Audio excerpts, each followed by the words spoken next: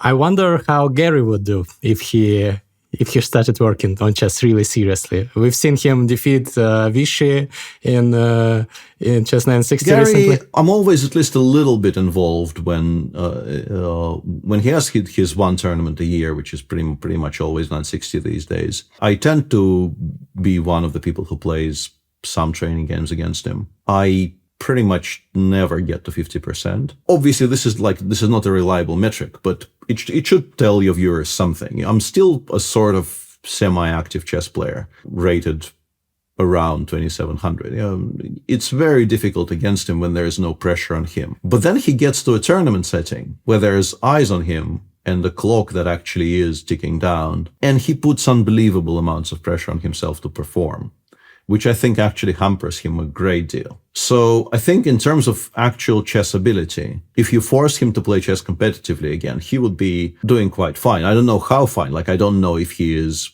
after a year of trying to get back to form, would actually be GCT ready. Maybe not. I mean, once again, linear time is a thing. But I think the major obstacle there would not be his chess skills, but I think I understand the mechanics of it as well.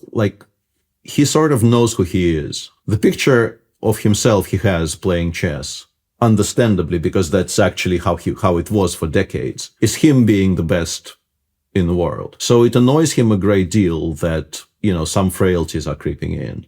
And he puts a lot of pressure on himself to still show something resembling his best game. If you could somehow, and I honestly, regrettably, I don't think it's realistic, but if in your hypothetical, you could give him a year to prep and could also surgically remove this internal pressure that he puts on himself and would just told him, I don't know, if you could create a situation where it would still be a Grand Chess Tour tournament, but it would be played entirely outside of the public's eye, would not be streamed, would not be reported on, would be a series of extremely intensive meaningful training games. In this scenario, he could do quite well, maybe. But if it's a tournament where people are watching when there's pressure, when there is both outside pressure and in particular the inside pressure, I think he feels to still be Garry Kasparov, because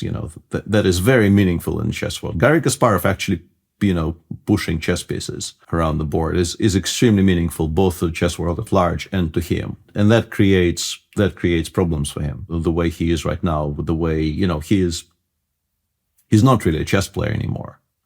So when you force him to become a chess player for one event, it's maybe a little bit too stressful. But in terms of pure chess ability, even now at the age of whatever it is now, 60 something, he is still exceptionally good. Of this I have absolutely no doubt. Oh, hello there. Hello there.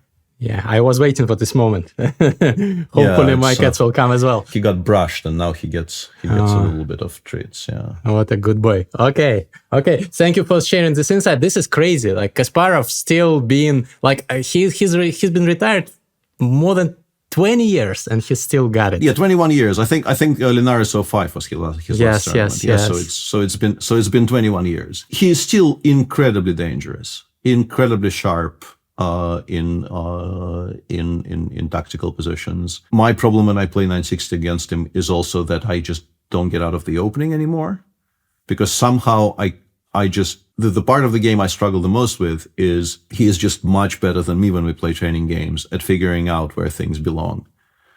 He's a lot faster, a lot more reliable, and also I tend to think that I should, because these are training games, I should probably not be repeating his moves. I should not be playing pure symmetry, which is often an option that is available to you in 960. Just playing symmetry when you can't really find a funky, imaginative way of avoiding it. You should just stick to symmetry. And I very often decide that no, what's the point of me then? I should be providing, a different viewpoint about this position.